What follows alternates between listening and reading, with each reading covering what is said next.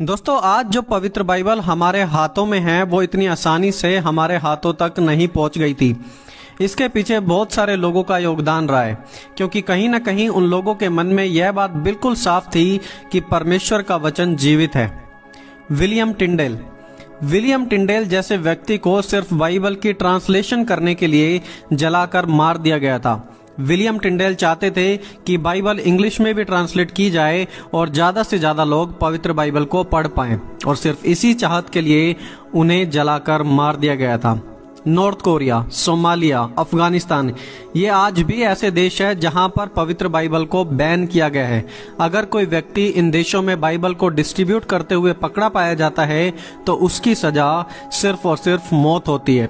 लेकिन फिर भी परमेश्वर के लोग परमेश्वर की वचन की अहमियत को समझते हैं और सुसमाचार को अलग अलग तरीके से फैलाने में लगे हुए हैं। जैसे कि साउथ कोरिया में बहुत सारे विश्वासी हैं जो प्रभु यीशु को मानते हैं, और वो लोग चाहते हैं कि उनका पड़ोसी देश नॉर्थ कोरिया भी परमेश्वर के वचन को जाने। तो ऐसे में वो खाली पानी की बोतल्स में ऑडियो बाइबल का एक मेमोरी कार्ड डाल देते हैं और उसे नॉर्थ कोरिया की ओर जाने वाली नदी में डाल देते हैं, और जिस किसी के हाथ ये बोतल और मेमोरी कार्ड लगता है वो लोग उसे अपने फोन में डालकर परमेश्वर का वचन सुनने में इस्तेमाल करते हैं। मतलब साफ है कि साउथ कोरिया के मसीह भाई बहन एक बोतल में एक छोटे से मेमोरी कार्ड को डाल देते हैं। इस मेमोरी कार्ड में पूरी बाइबल होती है, बाइबल की स्टोरीज होती हैं, और इसे ये लोग बोतल में डालकर एक नदी में फेंक देते हैं। ये नदी जो कि नॉर्थ कोरिया की ओर जाती है, और कुछ समय बाद ये बोतल्स नॉर्थ कोरिया में नदी के रास्ते पहुंच जाती हैं, और कुछ लोग इन मेमोरी कार्ड्स को, इन बोतल्स को प्राप्त करते हैं, पाते हैं नदी में पड़ा हुआ, और इसे अपने फोन में डालकर जब देखते हैं तो उन्हें पता लगता है कि इस मेमोरी कार्ड में बाइबल है, इसमें परमेश्वर का वचन है, और इस प्रकार साउथ कोरिया से नॉर्थ कोरिया में परमेश्वर का वचन फैलाया जा रहा है। वहीं साउथ कोरिया के दूसरे कुछ और लोग अलग तरीका अपनाते हैं। ये साउथ कोरिया के लोग रात के समय एक पैराशूट या फिर एक बड़ा सा गुब्बारा नॉर्थ कोरिया की तरफ उड़ाते हैं।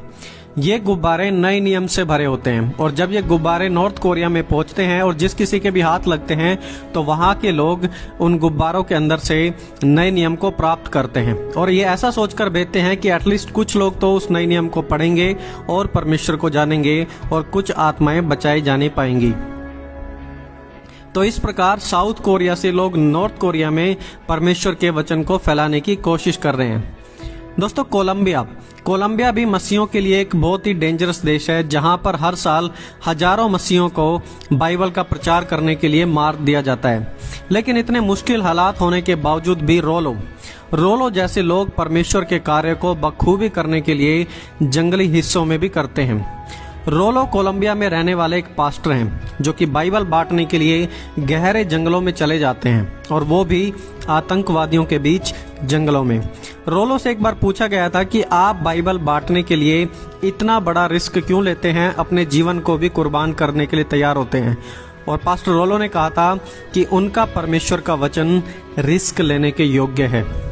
उनके पास एक बाइक है, वो इस बाइक के द्वारा गहरे जंगलों से पार करते हुए परमेश्वर के वचन को बांटते हैं, आतंकवादियों तक, जंगली लोगों तक परमेश्वर के वचन को पहुंचाते हैं। वहीं कोलंबिया के दूसरे एरिया में जहां पर आदिवासी लोग रहते हैं, वहां पर जाने के लिए कोई रास्ता नहीं है, तो उन्हें नाव के रास्ते यात्रा करनी पड़ती है, और ये नदियां और ये जंगल काफी खतरनाक हैं। लेकिन फिर भी पास्टर रोलो अपना काम बखूबी करते हैं और आदिवासी लोगों के बीच भी पवित्र बाइबल को बांटते हैं। दोस्तों, आज मैं आपसे पूछना चाहता हूं कि आप परमेश्वर का वचन बांटने के लिए क्या करते हैं?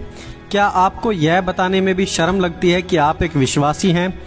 दोस्तों, आज तक आपने कितने लोगों को सुसमाचार बांटा है? कितनी बार अपनी गवाही बताई है? परमेश्वर के कार्य को कितनी बार लोगों के सामने बताया है आपने? देखिए, जो आपके और मेरे पास बाइबल है उसे पढ़ें। इस खुशखबरी के लिए ना जाने कितने सैकड़ों लोग इंतजार कर रहे हैं, लेकिन आपने इस खुशखबरी को अपने घर में बंद करके अलमारी में रखा हुआ है।